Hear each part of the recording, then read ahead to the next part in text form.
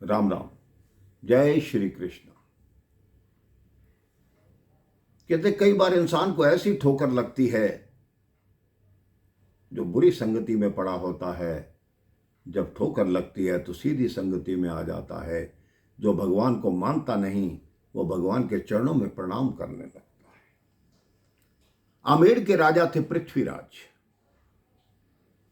उन्होंने एक गुरु धारण कर रखे थे जिनका नाम ताराचंद था, जो तंत्र विद्या के गुरु थे। राजा को यही रहता कि इनकी तंत्र विद्या से मेरे राज्य पर कोई समस्या नहीं आएगी, गुरुजी सब संभाल लेंगे। उनका गुरुजी पर अटूट विश्वास था। गुरुजी रोज यही कार्य करते, आज ये बलि दे दो, आज इस मुर्दा घर में चले जाओ, आज ये दिया यहां जलाओ, पीछे मुड़ के मत देखना, बस तांत्रिकों वाली सारी बातें। उनकी जो पत्नी थी, उन्होंने श्री कृष्ण बिहारी दास जी से, जो भगवान कृष्ण के अनन्य भक्त थे, उनको गुरु धारण करके उनसे गुरु दीक्षा ले रखी थी। वो पूरी तरह वैष्णव थी और भगवान कृष्ण का नाम जपती रहती। राजा पृथ्वीराज बार बार अपने गुरु से कहता कि मेरे घर पर आओ, भोजन करो।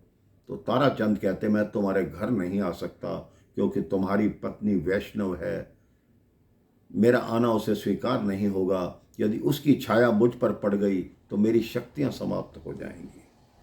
या तो उस अपनी पत्नी को बोलो कि मेरे से दीक्षा ले, मेरे से गुरु मंत्र ले, फिर मैं तुम्हारे घर आ सकता हूं।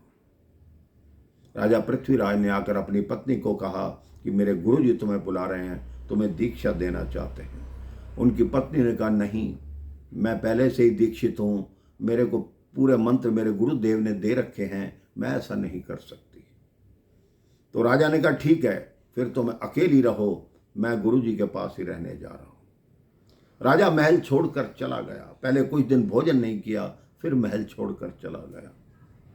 अब उनकी धर्म पत्नी परेशान होकर अपने गुरुदेव श्री कृष्ण बिहारी दास जी के पास आई।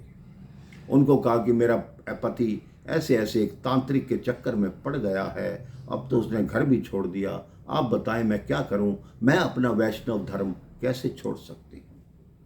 उनके गुरु ने कहा तुम चिंता न करो पुत्री, तुम अपने महल में जाओ, बाकी मैं देख लूंगा। श्री कृष्ण बिहारी दास आमेर के निकट जहां ताराचंद का आश्रम था, उनके आश्रम के द्वार के पास ही आकर अपना चिमटा गाड़ दिया, हवन कुंड बनाया और हवन करने लगे। ताराचंद के शिष्यों ने आके गुरु को बताया कि ऐसे ऐसे एक साधु महात्मा है, हमारे द्वार के पास ही हवन कर रहा है, यज्ञ कर रहा है, पता नहीं वो क्या चाहता है। ताराचंद ने कहा उसको भगाने की कोशिश करो। सैनिकों ने भगाने की बहुत कोशिश की, लेकिन कृष्ण बिहारी दास जी टस से मस न हुए। ताराचंद ने कहा लगता ये भी मायावी है, इसलिए मुझे स्वयं जाना पड़ेगा। ताराचंद ने शेर का रूप धारण किया। उसने कहा शेर को देखकर ये साधु भाग जाएगा, लेकिन शेर जैसे ही पास आया तो कृष्ण बिहारी दास जी हंसने लगे, कहते हो तुम गधे, और रूप शेर का धारण कर रखा है।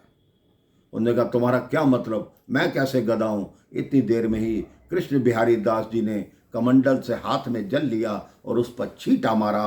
वो शेर से तुरंत गधा बन गया और जाकर गधों के झुंड में मिल गया।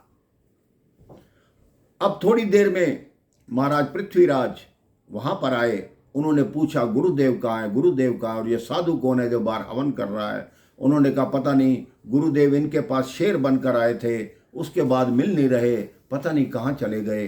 पृथ्वीराज ने कहा बताओ कि मेरे गुरुदेव कहाँ हैं। उनका तुम्हारे पास इतनी बड़ी सेना है, जाके ढूंढ लो। सेना को लगाया गया, 3 दिन ढूंढने में लग गए, लेकिन गुरुदेव का कहीं पता नहीं।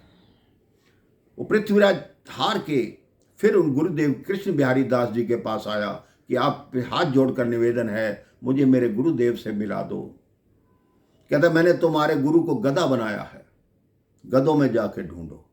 अब गधों में ढूंढने लगे, फिर भी नहीं मिले। कहता तुम कैसे शिष्य हो, तुम्हें अपने गुरु की पहचान नहीं। तुम्हारे गुरु एक कान में 4 कुंडल पहनते हैं, जिस गधे के कान में 4 कुंडल हो वही तुम्हारा गुरु है। खैर उनको ढूंढ लिया गया और उनको लाकर कृष्ण बिहारी दास जी के सामने खड़ा किया। और पृथ्वीराज बार बार निवेदन करने लगा कि मेरी आंखें खुल गई, लेकिन मेरे गुरु को पुनः ठीक कर दीजिए। कृष्ण बिहारी दास जी को दया आ गई, उन्होंने अपने कमंडल से जल निकाला और उस गधे पर छिड़का, वो वापस ताराचंद बन गया। वो भी हाथ जोड़कर कहने लगा, आज के बाद मैं किसी तंत्र विद्या का प्रयोग नहीं करूंगा, मुझे भी श्री कृष्ण नाम का गुरु मंत्र दीजिए। तो उसके गुरु ने भी और पृथ्वीराज ने भी श्री कृष्ण नाम का गुरु मंत्र लिया और उसके बाद भगवान श्री कृष्ण के भक्त बन गए। अब गुरु ताराचंद भी उनके महल में आकर भोजन करने लगा, क्योंकि वो भी वैष्णव बन गए। तो भगवान श्री कृष्ण ऐसे हैं मेरे भाई बहन, जिस पर अपनी कृपा दृष्टि करते हैं, चाहे वो कितनी भी बुरी संगति में हो, वो भी सीधे मार्ग पर आ जाते हैं। आप भी अपने जीवन में भगवान श्री कृष्ण का नाम लेते रहिए और प्रेम से बोलते रहिए, श्री कृष्ण श्री कृष्ण श्री कृष्ण श्री कृष्ण। जय श्री राम, राम राम।